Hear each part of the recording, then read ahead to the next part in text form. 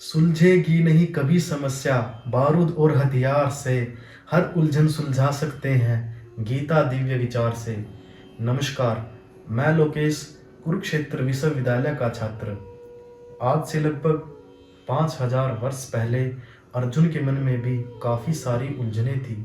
वह युद्ध में होने वाली अनावश्यक हिंसा के खिलाफ था। वह युद्ध भूमि पर अपने ही गुरुजनों और परिजनों को देखकर व्याकुल हो उठा।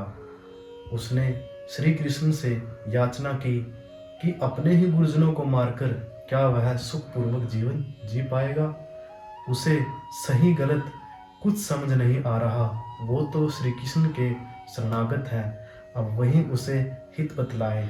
तब श्री कृष्ण अर्जुन को जीवन के गूढ़ रहस्यों के बारे में बताते हैं और धर्म कर्म का ज्ञान देते हुए गीता के दूसरे अध्याय के 18वें श्लोक में कहते हैं कि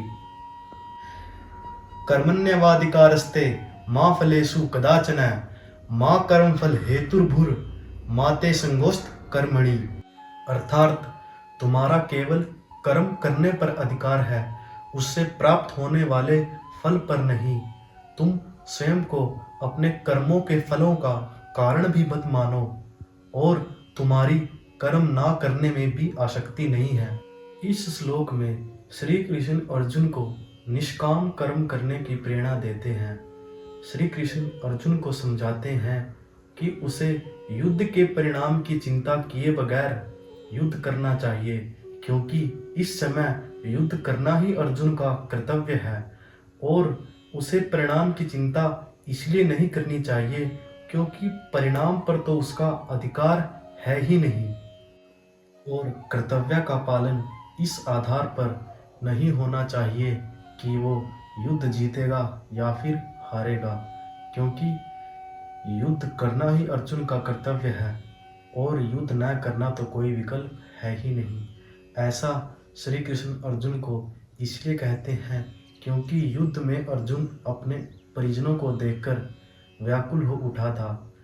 कहीं अर्जुन कर्म न करने को ही न चुन ले, इसलिए श्री कृष्ण अर्जुन को निष्काम कर्म करने की प्रेरणा देते हैं, क्योंकि युद्ध न करना तो कायरता होगी। इसीलिए अर्जुन को निष्काम कर्म करने की प्रेरणा देते हैं। हम इस श्लोक को विद्यार्थी जीवन के साथ जोड़कर देखते हैं तो मान लीजिए एक विद्यार्थी परीक्षा में पास होने के लिए साल भर मेहनत करता है, किंतु किन्हीं कारणों की वजह से वो अपनी परीक्षा नहीं दे पाता।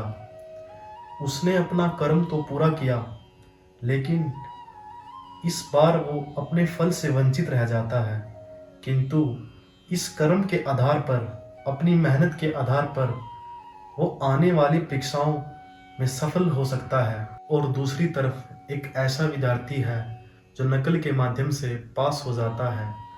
वो नकल के माध्यम से एक परीक्षा तो पास कर लेता है, लेकिन उसका आने वाला जीवन कठिनाइयों भरा रहता है। इसीलिए भगवान ने गीता में कर्म को प्रधानता दी है और हमें निष्काम कर्म करने की प्रेरणा दी है। इसीलिए हमें अपने विद्यार्थी जीवन में ज़्यादा से ज़्यादा ज्ञान अर्जित करने की ओर अपने कदम बढ़ाने चाहिए और हमें शॉर्टकट का सहारा नहीं लेना चाहिए।